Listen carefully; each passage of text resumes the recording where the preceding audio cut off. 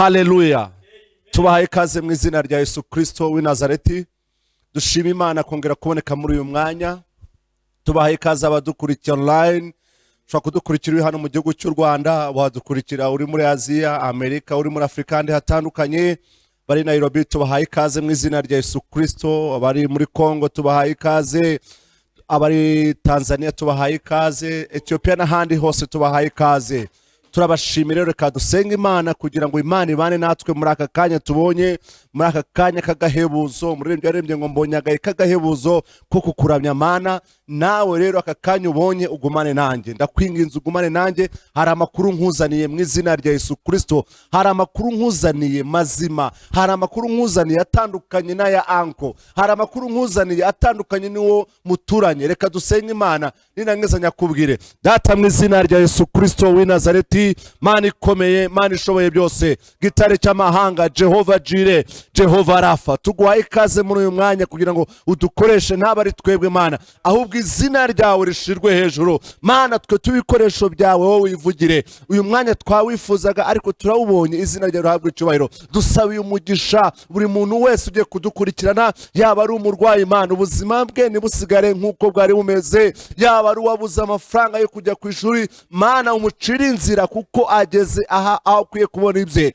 Mu izina rya Yesu Kristo, urwaye Mana icyo gisasira aryamyeho akire kandi azatanga ishimwe ko ari amahoro wabikoze. Mana turagushimye rero, tuguhaye ikaze muri uyu mwanya, muri presence yawe Mana. Twe duceceke twasame gusa wivugire mu izina rya Yesu Kristo w'i Nazareti. Imbuga ni nyinshi zivuga ibitandukanye, ariko tuje kuvuga amakuru yawe Mwami, tuje kuvuga amakuru twakumviye, tuje kuvuga amakuru twakumenyeho mu izina rya Yesu Kristo w'i Nazareti.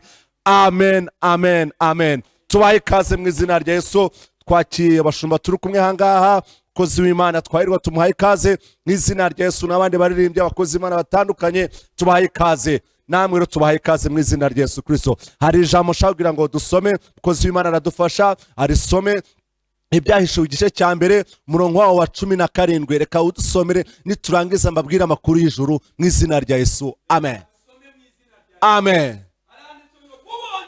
Mubonye nyo mwikubita imbere nk'upfuye, ashiraho ukuboko kw'iburyo, sukuma nduwa mbere kandi nduwimperuka. Jambo ry'Imana atubwiye ngo mubonye mwikubita imbere nk'upfuye. Haleluya. Birashoboka ko nawe ikibazo cyawe gisa nkaho kigushikamiye ukamera nkaho upfuye, ariko hari amakuru nkuzaniye. Jambo ry'Imana ravuze ngo ninjye tangiriro kandi ninjye herezo. Bivuge yuko hagati yawe n'ikibazo cyawe hari Imana, hagati yawe n'urubyaro rwawe hari Imana. Mu izina rya Yesu Kristo niyo makuru nkuzaniye. Hari Imana twabonye ikora ibikomeye, niyo Mana tuje kukubwira mu izina rya Yesu Kristo w'i Nazareti. Ngo mubonye cyo ngo mwikubita imbere. Haleluya. Ndakwinginze kuko Yesu yapfuye ku musaraba i Golgotha, yaravuze ngo byose birarangiye. Niyo mpamvu natwe iyo tumubonye tumwikubita imbere. Haleluya. Muri uwo mwanya wawe hagati yawe n'Imana nta wundi muntu urimo. Mu izina rya Yesu hari imbaraga z'Imana, hari ugukora kw'Imana, hari ubushobozi bw'Imana, hari icyubahiro cy'Imana. Hagati yawe hari Imana ishoboye byose. Mu izina rya Yesu Kristo, ijambo ry'Imana Yesu yaravuze ku musaraba i Golgotha,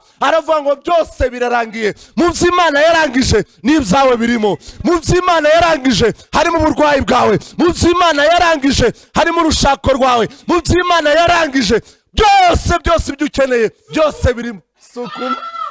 Haleluya, haleluya. Ngo mubonye nyo mwikubita imbere. Haleluya. Hari amakuru nkuzaniyeho dukurikiye mu izina rya Yesu Kristo, kuko twamumenye, kuko twahindutse ibyaremwe bishya. Nta kintu na kimwe cyaduhagurukira ngo kituneshe, kuko Yesu yarabirangije. Yesu yarabirangije. Ijambo ry'Imana rambwira ngo haleluya, Imigani 3:6. Umva amakuru nkubwira ngo haleluya, ngo ukeneye kuyoborwa n'umuntu wari wese ntacyo azageraho, ariko ukeneye kuyoborwa n'Imana, uyobora iz'Imana n'ibyawe byose, ngo nawe azakuyobora inzira ukwiye kunyuramo, ngo umutekerereze ibyawe wifuza byose, nawe azakuyobora. Lima sekele mande rebramaka lema teleba seke. Hari amakuru ngiye kubwira. haleluya. Ngo ikuzimu barakamejeje, ikuzimu barakamejeje, ariko natwe dufite ubutware, twahawe ubushobozi bwo gukandagira inzoka na sikorupiyo. Rero tumenye amakuru ko ikuzimu bakamejeje. iyo ushatse ugiye gushaka ikuzimu barakameza, watangira akazi ikuzimu bakakameza, watangira kubona promosiyo ikuzimu bakakameza, watangira kugira ibitekerezo by'ijuru ikuzimu bakakameza. Reka nkubwire ngo nubwo ikuzimu bakamejeje hari uwatsinze satani, nubwo ikuzimu bakamejeje. Haleluya. Dawidi aravuga ngo Zaburi ya 23 ngo Uwiteka ni wo mungeri wanjye ngo sinzakena. Reka nkubwire ngo nawe Uwiteka ni wo mungeri wawe ntabwo uzakena, ngo kuryamisha mu cyanya cy'ubwatsi bubisi mu izina rya Yesu Kristo. Reka muri iki gitondo nawe akuyobora inzira yo gukiranuka, akuyobora inzira ikwiye kukugeza mu gisubizo cyawe. Reka umuryango wawe ukinguke mu izina rya Yesu Kristo. Hari imbaraga twahawe mu guca muri Yesu, hari imbaraga twakiriye mu izina rya Yesu Kristo. Reka udukurikiranye nguhereza aya makuru, reka nguhereza aya makuru. Ijambo ry'Imana riravuga ngo wahari kurira wo kwararira umuntu nijoro, ariko bwaca mu gitondo impundu zikavuga. Wahari kurira kwaba kwararanye nawe. Ushobora kuba waraye urimo kurira, ushobora kuba waraye hari ibibazo ufite, ariko ndakwinginze muri uyu mwanya wongere wibwire ngo mutima wanjye shima. Niko Zaburi 103 ivuga ngo mwabintu byose muhimbaza izina rye ryera, ngo niukiza indwara zacu zose, kwakatora ibyaha byacu byose. Giruko. Haleluya. Hari ubutware, hari ubushobozi Imana yadushizeho. Ijambo ry'abarambwira ngo Mose, hari amakuru nkuzaniye ngo Mose wakivuka wari itegeko ryari ryatanzwe. Haleluya. Ariko iryo tegeko ryari ryatanzwe, ijuru ryari ryatanze irindi tegeko. Nawe reka nkubwire, nawe uri Mose, ibiguhiga ntacyo bizagutwara, ibigushakisha byose ntibizakubona, kuko dufite Imana. Haleluya. Umva nujya ubwira ikibazo cyawe ujye ukibwira ngo hari uwanesheje. Ikibazo ni cyiza ukibwire ngo hari uwanesheje. Ikibazo ni cyiza uvuge ngo hari uwambambiwe. Ikibazo ni cyiza uvuge ngo handitse ngo mu izina rya Yesu Kristo. Ibibazo byose byaza, ariko hari umuntu ufite igisubizo mu izina rya Yesu. Inkoni ya Mose iracyakora, inkoni ya Mose iracyakora imirimo mu izina rya Yesu. Ndashaka kuvuga n'ikibazo cyawe. Hari ijambo ry'Imana, ijambo ryavuze ngo wanyanja we tandukanamo kabiri, iryo jambo riracyakora. Ijambo ryatandukanyijemo Yorodani kabiri, iryo jambo riracyakora mu izina rya Yesu Kristo. Nawe lelelele kosa yamandele makosi karaba.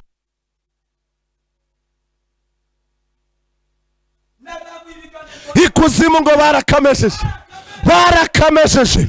Niyo mpamvu natwe uyu mwanya tugiye kubabwira ngo n'ikuzimu mwumva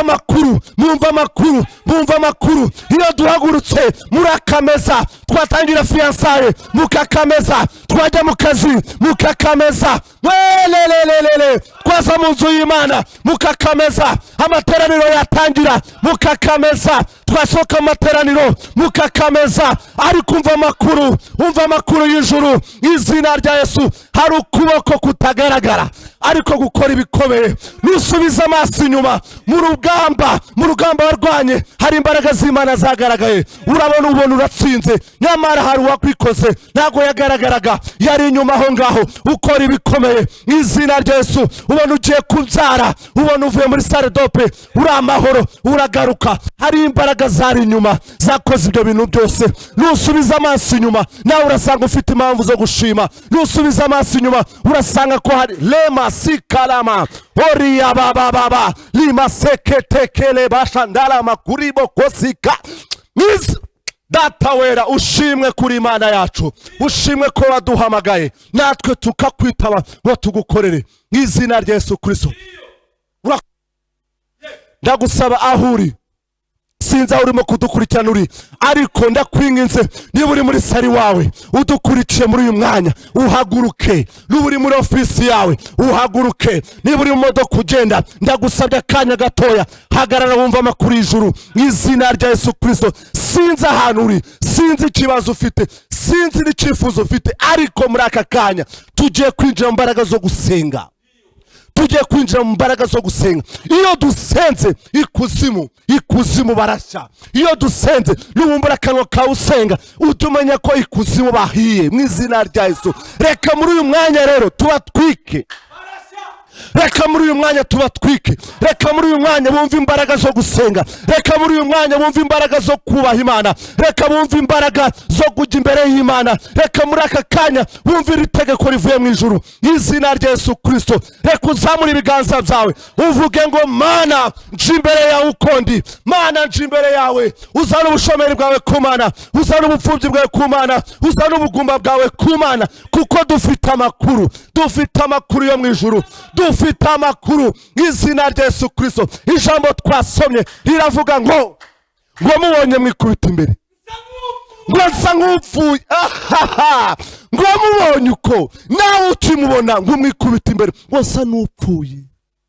Lema seke Mana data wera, muri uyu mwanya rero reka uri umuntu data wera ukwikubisa imbere.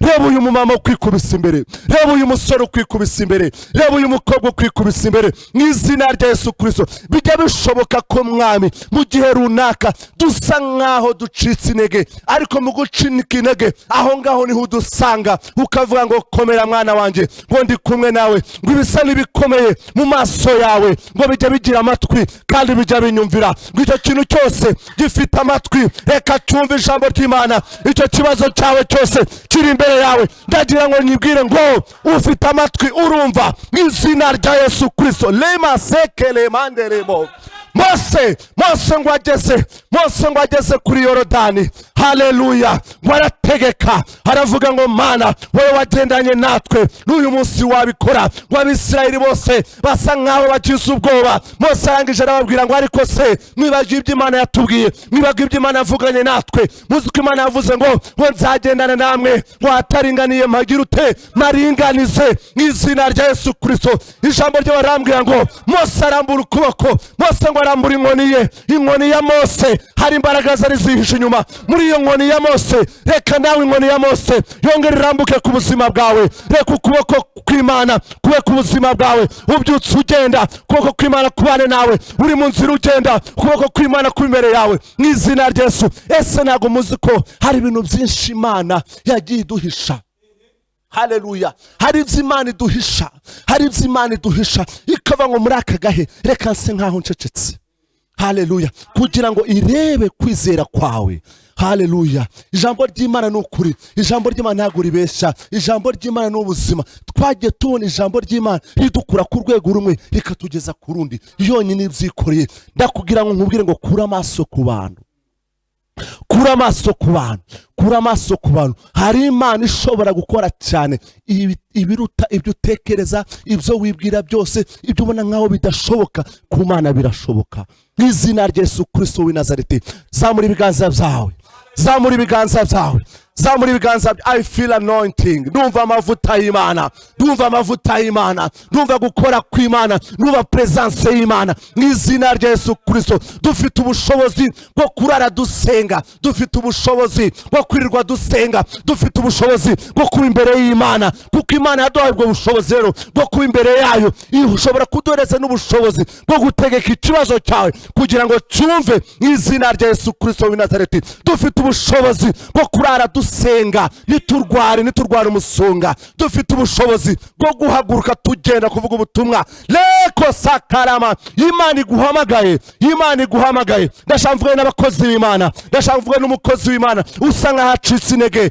Ushobora kwibaza ese nakorera Imana gute? Ntabwo gukorera Imana ari ugufata mikoro yonyine ngo uvuge ubutumwa. Oya, wakorera Imana ujya kwa muganga gusura abarwayi, ubukoreye Imana. Wakorera Imana wambika abambaye ubusa, ubukoreye Imana. Wakorera Imana ugaburira abashonje, nabwo ubukoreye Imana. Ijambo ribarambwira ngo Tabita, ngo Tabita ngo aho yaratuye ngo muri rwo rusisiro bamenye amakuru ko Tabita agize ute yapfuye. Haleluya. ngo barangisha mu rusisiro baravuga ngo ntabwo byashoboka ko Tabita yapfa, byashoboka ko Tabita yapfa. Tabita niwe watudoderaga imyenda, niwe watudoderaga abapfakazi, niwe wakora. Ihari byinshi Tabita yakoraga, ariko muri ibyo byinshi Bible yavuze bikeya, ariko Tabita yakoze ibirenze ibyo yanditse. Nawe ndagira nkubwire ngo nawe aho utuye ube Tabita, aho mu kazi kawe ube Tabita, umuryango wawe ube Tabita, izina rya Yesu Kristo. Iyo niyo mirimo ikwiriye abamenye Kristo, izina rya Yesu Kristo. Turimo turavuga ubutumwa, ariko nawe udukurikiranye hari icyo wakora, mu baturanyi bawe, hari icyo wakora mu nshuti zawe, mu kazi kawe hari icyo wakora. Ese mu mushahara wawe Imana iguhereza n'iki Imana ibona muri uwo mwanya? Niba Imana yaraguhaye akazi, ese muri ako kazi profit y'Imana ni iyihe? Profit y'Imana ni iyihe mu rubyaro Imana yaguhaye? Ese abana bawe n'iki wabwiye Imana ngo Mana ndifuza ko abana bazakora ibi ngibi? N'iki? Icyo Imana ikeneye urayisaba, ariko Imana iravuga ngo ese muri ibi ngibi umwana wanjye asabye niyihe profit mfitemo? Haleluya. Niyihe profit ngewe mfitemo? Amen. Niyo mpamvu akenshi twagiye tubona abakozi b'Imana, yaba muri Bible, yaba ari mu buzima busanzwe, uyu munsi turimo tugendamo, muri uyu munsi turimo dukoreramo, mu materaniro duterana, hari imbaraga z'Imana zijya inyuma y'umuntu watanze. Va mu rugo ugenda ushaka abantu wambika, va mu rugo ushaka abantu ugaburira, va mu rugo ujye kwa muganga, hari abababaye uyu munsi. Ubwo byo urakoze mukozi w'Imana. Ibyo byose byitwa iki? Byitwa ubutumwa. Uyu munsi turahagurutse kugira ngo tuvuge ubutumwa bwiza, turahagurutse kugira ngo tuvuge gukomera kw'Imana. Niba utaramenya Kristo nk'umwami n'umukiza wawe, aho uri ndagusabye upfukame mu izina rya Yesu Kristo. Ndagusabye upfukame, uzamure ibiganza byawe, uvuge ngo Mwami Yesu, kuva uyu munsi ndihannye, ubusambanyi ndaburetse, ubujura ndaburetse, Mana kuvuga amagambo yo kubesha Mana ndabiretse. Unyandike mu gitabo cy'ubugingo, unyandukure mu gitabo cy'urupfu, unyandike mu gitabo cy'ubugingo. Ndakwemereye Mana, nje imbere yawe nimara kumenya aya makuru y'ijuru, nawe ndakwinginze Mana kugira ngo ukorere muri jyewe. Amen. Imana yo mu ijuru bahereza umugisha. Nakubwira ijambo rivuga ngo ikuzimu barakamejeje, ikuzimu ntibaryama, wowe uraryamye. Ikuzimu ntibicara, wowe uricaye. Ikuzimu barahagaze, barategura imigambi mibi yose y'umwijima, wowe ntiwemere kuryama. Hamagara Imana yawe, Imana irumva. Ijambo ry'Imana rivuga ngo nkunda bankunda, ngo ariko abanshakana umwete, ngo abo ngabo nibo bazambona. Ngo nkunda bankunda, ngo ariko ngo abanshakana umwete, abo ngabo nibo bazambona. Ese wowe umwete wawe ukoresha iki? Imbaraga Imana yaguhaye uzikoresha iki? Imodoka Imana yaguhaye uyikoresha iki? Amazu Imana yaguhaye uyakoresha iki? Umva nkubwire, ibyo byose tuzabisiga, ibi byose tuzabisiga, ahubwo imirimo y'Imana dukora niyo ijya mu ijuru. Haleluya. Iyo mirimo dukorera ahangaha, imirimo dukorera rero ndakwinginze wongera ushiremo iki? Imbaraga z'Imana. Urakoze Data wera, turagushimye. Reka dusenge dushime Imana. Data mu izina rya Yesu Kristo, turagushimye kubw'ijambo ryawe, turagushimye kubw'ubutumwa bwawe utambukije. Reka ubutumwa bwawe Mwami ababwumva uyu munsi ubagirire neza, bakore ku rwego rumwe ubashire ku rundi, imbaraga zawe zibakoreremo, icyubahiro cyawe kigaragare muri uyu muntu urwaye, uyu muntu uryamye ku gitanda cy'amahwa. Ndakwinginze Mwami Imana yacu, ugende ukimukureho uyu muntu urwaye kanseri, Mana umukize mu izina rya Yesu Kristo. Azapfukame ashime izina ryawe. Uyu muntu urwaye sida, ndakwinginze Mana, hari benshi wakijije sida, nawe umukize mu izina rya Yesu. Uyu mudamu urimo mu mihango idakama, ndakwinginze Mwami, kiganza cyawe kimukoreho mu izina rya Yesu Kristo. Mana umwikirize ubwawe kugira ngo aguhindukirire, agukurikire bitewe n'imirimo mu izina rya Yesu Kristo. Mirimo yawe Mana, mirimo yawe ikorera muri twebwe, niho wigaragariza mu izina rya Yesu Kristo. Mana turagushimye, tugwaye icyubahiro. Hari imirimo yawe twibuka tukumva Mwami, ubuzima bwacu bwose twabwagurira wowe, hari ibyo dutekereza aho wadukuye Mana,